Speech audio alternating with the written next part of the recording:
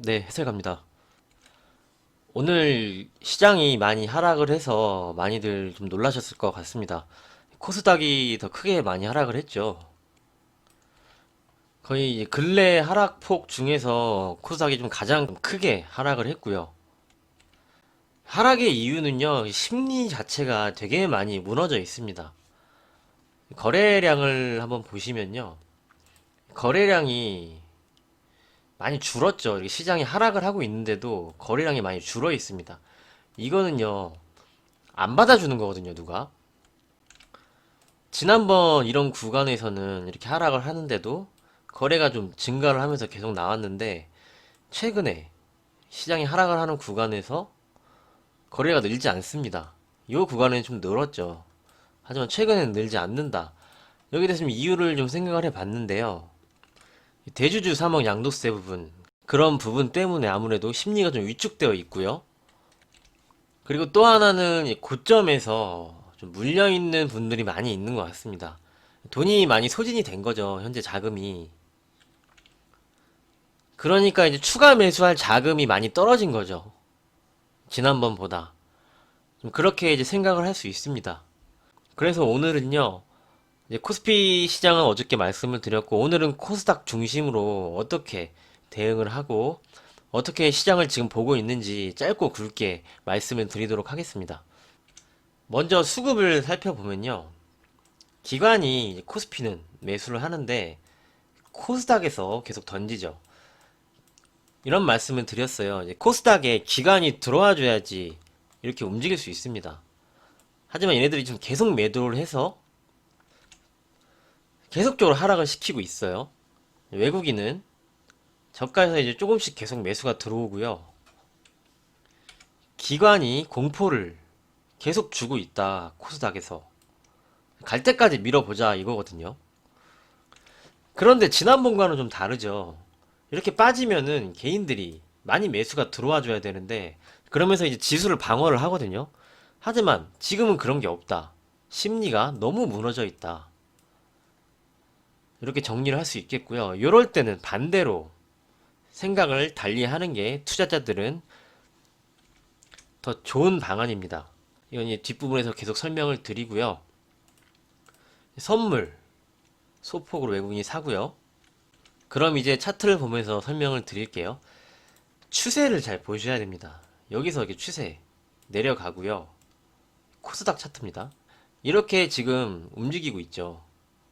이렇게 가고 있는데 오늘 이 추세 하단에 왔습니다. 코스닥이 지지받는 거죠. 지금 하단에 와 있으니까 여기 맞고 있는 상황이고요.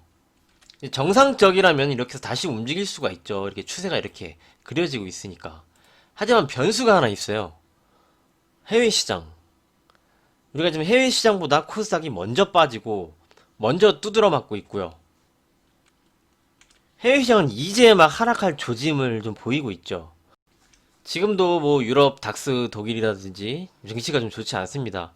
유럽은 뭐 코로나 재확산 좀 문제도 있고요. 미국 나스닥 선물이 한 0.8% 정도 하락을 하고 있는데, 저는 이렇게 보고 있습니다. 낙폭과대 분할 매수라고 저는 생각을 합니다. 이미 1차 매수하고 오늘 저도 2차 매수를 했는데요. 지금 시장이 지지를 받는 구간에 와서 지지를 받고 있어요. 변수로 해외 시장이 급락을 해서 이탈을 하면 추세를 이탈을 해서 이게 언더슈팅이 나오는 거죠. 추세를 이렇게 그리면서 움직이고 있는데 여기를 이탈을 하는 건 좀 비정상적으로 이제 언더슈팅이 나오는 거기 때문에, 이렇게 나오는 거는 저는 역시 분할 매수하는 기회라고 좀 생각을 하고 있습니다. 그렇게 보고 있고요. 시장은 이번 주 정도 구간에서는 어느 정도 이제 저점을 좀 형성해 주는 모습이 좀 나올 거라고도 보고 있고요. 예, 종목과 이제 같이 말씀을 드릴 건데, 지금 하락폭이 너무 크고요. 기술적 반등이 나올 수 있는 시점에 이미 들어와 있습니다. 여기서 이제 추가 하락이 뭐 나온다고 하면 저는 역시 분할 매수를 해서 단가를 맞춰놓는 구간, 이렇게 보고 있습니다. 여기서 한 번 더 빠져도 리바운딩이 나올 수 있는 위치거든요. 지금은 추세 하단에 와 있기 때문에. 자, 이렇게 보시면 될 것 같아요. 이제 박스권 말씀을 드려서 현금 50%는 만들어야 된다. 이렇게 말씀을 드렸죠. 그 현금을요, 이제 쓰는 거죠. 분할 매수로. 왜 분할 매수를 하느냐? 저점은 누구도 모릅니다. 저점을 정확히 맞출 수 없기 때문에 이제 분할 매수를 하는 거죠. 다시 한번 추세를 그려드리면 이렇게 내려가고 이렇게 내려가죠. 지금은 하단권, 도망가는 자리가 아닌 분할 매수로 단가를 맞춰놓는 구간. 종목들은 낙폭과대를 보시면 좋다 이렇게 말씀을 드렸습니다. 코스닥은 그렇게 보고 있습니다. 이번 주 중으로 저점을 어느 정도 형성을 해서 그 후에 기술적 반등이 나오겠죠. 지금 종목들이 되게 많이 싸진 종목들이 많이 있습니다. 그럼 이제 종목들 보면서 설명을 드릴게요. 서진 시스템, 오이솔루션, 뭐 넷마블 이렇게 말씀을 드렸는데 낙폭과대로 이제 말씀을 드렸죠. 지금 이 하락폭이요. 이때가 좀 코로나 때거든요. 코로나 때보다 더 심하게 빠져요, 지금. 이런 게 바로 낙폭과대죠. 이런 게 낙폭과대라고 말씀을 드리고요. 이 하락폭이 엄청나서 지금 5만원대부터 34,000원까지 내려와 있죠. 이런 거는 이미 이 구간에서 분할 매수를 말씀을 드렸습니다. 분할 매수 한번 하고 또 한번 하고 지금 2차 오늘까지 매수를 했는데 이거 추가 하락 나오는 구간 역시 3차 분할 매수 구간이라고 보고 있고요. 대부분의 투자자들이 이런 구간에서 매수를 잘 하십니다. 올라가고 있는 종목이 더 오를까봐 매수를 잘 하는데 이런 구간에서는 매수를 잘 못하세요. 왜냐? 더 빠질까봐. 하지만 말씀드린 부분은 주식의 가장 큰 호재는 가격 매력이라고 말씀을 드렸어요. 지금 2달 만에 이렇게 가격이 엄청나게 매력적으로 내려왔거든요. 저는 이 구간에선 모아가야 된다 하는 입장이고요. 오이솔루션도 같은 입장이죠. 코로나 때입니다. 더 많이 빠지고 있어요. 같은 5G니까 이렇게 묶어서 말씀을 드리고요. 넷마블도 말씀을 드렸습니다. 넷마블은 더 심하죠. 20만원대에서 지금 12만원입니다. 수급을 보시면 넷마블 외국인이 계속 사죠. 오이솔루션도 마찬가지고요. 서진 시스템 마찬가지입니다. 오늘 서진 시스템은요, 개인 매도가 나왔어요. 손절이죠. 손절을 할 때는 내가 그 물량을 분할 매수로 받아야 되죠. 주식은요, 남들과 반대로 생각을 해야 된다 이렇게 말씀을 드렸습니다.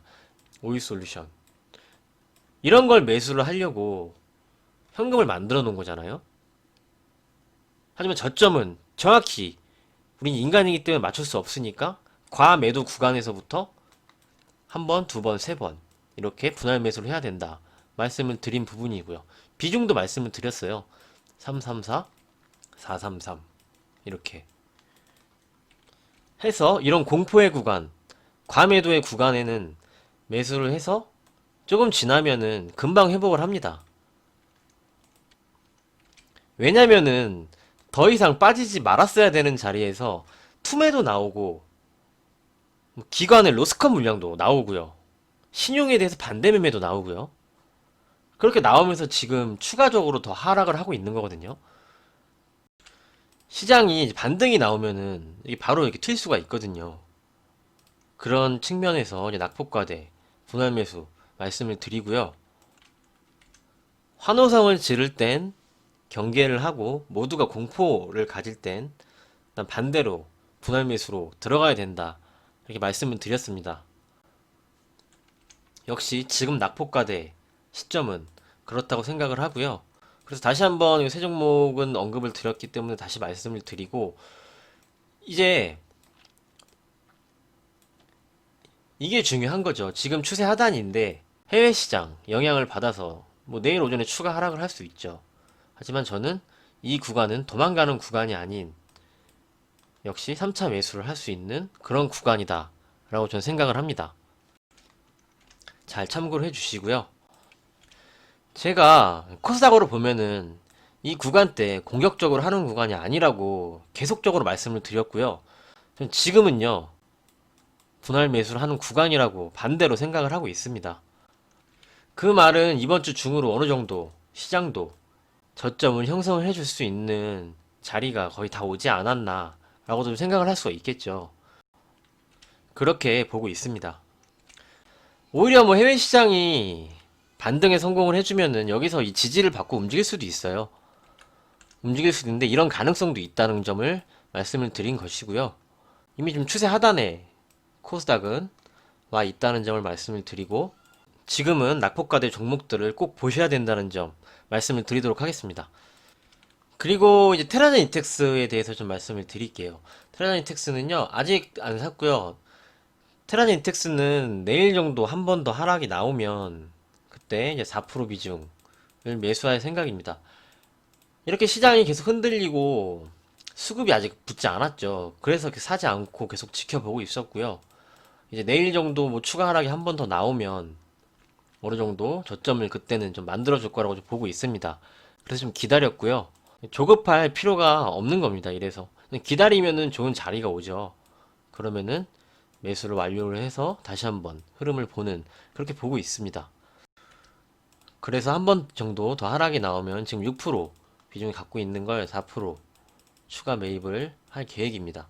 이렇게 이제 테라젠 이텍스는 약속을 드렸으니까요. 이제 말씀을 드리고요. 이런 지금 낙폭가대로 말씀드렸던 이런 종목들이 넷마블도 그렇고요. 지금 너무 가격적인 메리트가 많이 생겼습니다. 20만 원대 또 많이 사람들이 사고 싶어 했어요. 근데 지금 12만 원이죠. 이때 사고 싶었던 분들은 지금 싸게 살 수 있습니다. 이게 가격 매력이죠. 주식은 역시 쌀 때 사서 비싸게 파는 게 가장 좋다고 이제 말씀을 드리도록 하겠습니다. 오늘 내용도 잘 참고해 주시고요. 이제 두 가지를 말씀을 드렸습니다. 해외 시장이 급락할 경우와 아닌 경우. 관점은 같은데요. 그에 맞춰서 이제 대응을 하시면 무방하다고 좀 생각을 하고요. 오늘 내용도 잘 참고해 주시면 감사하겠습니다. 오늘은 여기까지 하고 정리하도록 하겠습니다. 궁금한 점 있으시면 댓글로 남겨주시고요. 이해 안 되시는 부분 있으시면 역시 댓글 남겨주시면 답변 달아드리겠습니다. 오늘도 수고 많으셨고요. 내일도 좋은 자료로 찾아뵙겠습니다. 감사합니다.